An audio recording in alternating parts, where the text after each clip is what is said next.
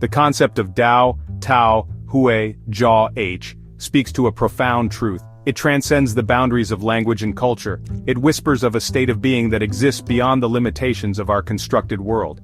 This is the realm of pre-societal existence, a state of pure innocence. It is a return to the source, to the heart of what it means to be human. Imagine a world without labels, without the weight of expectation. Picture a reality where race, creed, sex, religion, status, and wealth hold no sway. This is the essence of Tao, Tao, Hui, Jia, H. It is a return to the purity and clarity of childhood. It is a state of being that many spiritual seekers strive to embody. This ancient wisdom reminds us that we are not born into these societal constructs. We are born into a world of wonder, curiosity, and boundless potential. Somewhere along the way, we absorb the beliefs and limitations of the world around us. We begin to identify with these external labels, forgetting the truth of who we truly are. The journey towards enlightenment, then, is a process of remembering. It is about shedding the layers of conditioning that obscure our true nature. It is about rediscovering the innocence and wisdom that reside within each and every one of us. The path to enlightenment begins with a simple yet profound realization. We are not our thoughts, we are not our emotions, we are not the roles we play in the world. These are all external to our true being. They are fleeting and impermanent, like clouds passing through the sky. To return to our pre-societal state of innocence, we must learn to detach from these external identifiers. We must learn to observe them, without judgment, allowing them to arise and pass away like waves on the ocean. This is the practice of mindfulness. It is the art of being fully present in the here and now, without clinging to the past or worrying about the future. When we cultivate mindfulness, we create space for our true nature to emerge. We begin to see the world with fresh eyes, free from the distortions of our conditioned mind. We begin to experience a deep sense of peace, joy, and interconnectedness. This is the fruit of enlightenment. Throughout history, there have been countless individuals who have walked the path of enlightenment. They have come from all walks of life, from different cultures and traditions. Yet they all share a common thread, a deep yearning to know the truth of their own being. There was the Buddha, who renounced his princely life in search of liberation from suffering. There was Jesus, who taught love and compassion in a world consumed by greed and violence. There was Lao Tzu, who spoke of living in harmony with the Tao, the natural order of the universe. These spiritual masters serve as beacons of light, illuminating the path for those who seek to follow in their footsteps. They remind us that enlightenment is not a distant goal, but a present moment experience. It is available to anyone who is willing to do the inner work of self-discovery. The concept of self-governance is central to the idea of a pre-societal existence. In a world free from external labels and constructs, individuals would be guided by their own innate sense of right and wrong. There would be no need for laws or punishments, for everyone would act in accordance with their conscience. This may seem like a utopian ideal, and in many ways it is, but it also points to a deeper truth about human nature. We are not inherently selfish or destructive beings. We are born with an innate capacity for love, compassion, and wisdom. When we are free from the conditioning that tells us otherwise, these qualities naturally emerge. Of course, we do not live in a perfect world. Societal structures and laws are necessary to maintain order and prevent chaos. Throughout history, humanity has experimented with various forms of governance.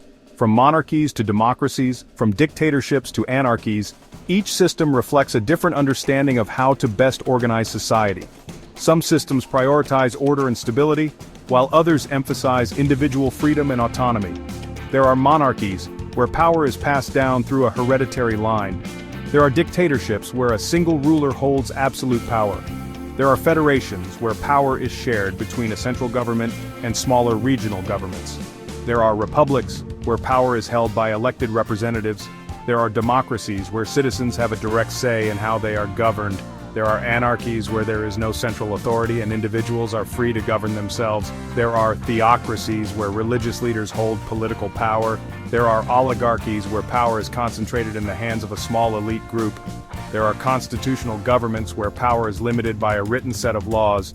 And there are warlords who rule through force and intimidation. Each of these systems has its own strengths and weaknesses. None is perfect, and each is susceptible to corruption and abuse of power. navigating the social landscape. While the ideal of self-governance is compelling, it is important to acknowledge the role that societal structures play in our lives.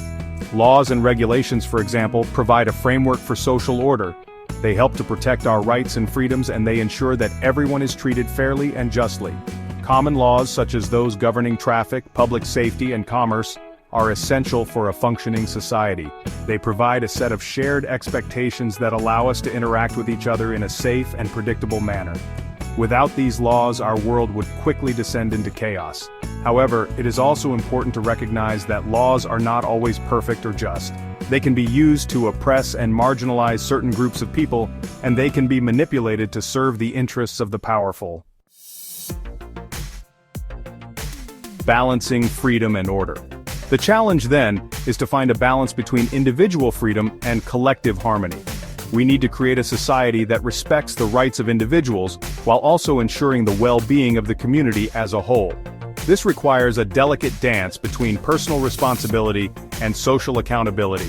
On the one hand, we must each take responsibility for our own actions and their impact on others. We must strive to live in accordance with our values, even when it is difficult. We must be willing to speak out against injustice and to work for positive change in our communities. On the other hand, we must also recognize that we are part of something larger than ourselves.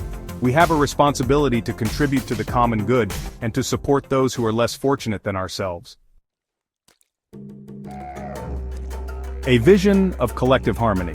The concept of Dao, Tao, Hui, Jia, H invites us to envision a world where societal harmony arises not from external laws, but from a shared understanding of our interconnectedness. It encourages us to look beyond the superficial differences that divide us and to recognize the fundamental unity that binds us together as human beings.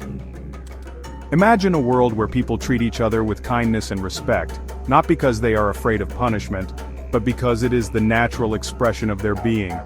Imagine a world where cooperation and compassion are the guiding principles of social interaction. This may seem like a distant utopia, but it is a future worth striving for.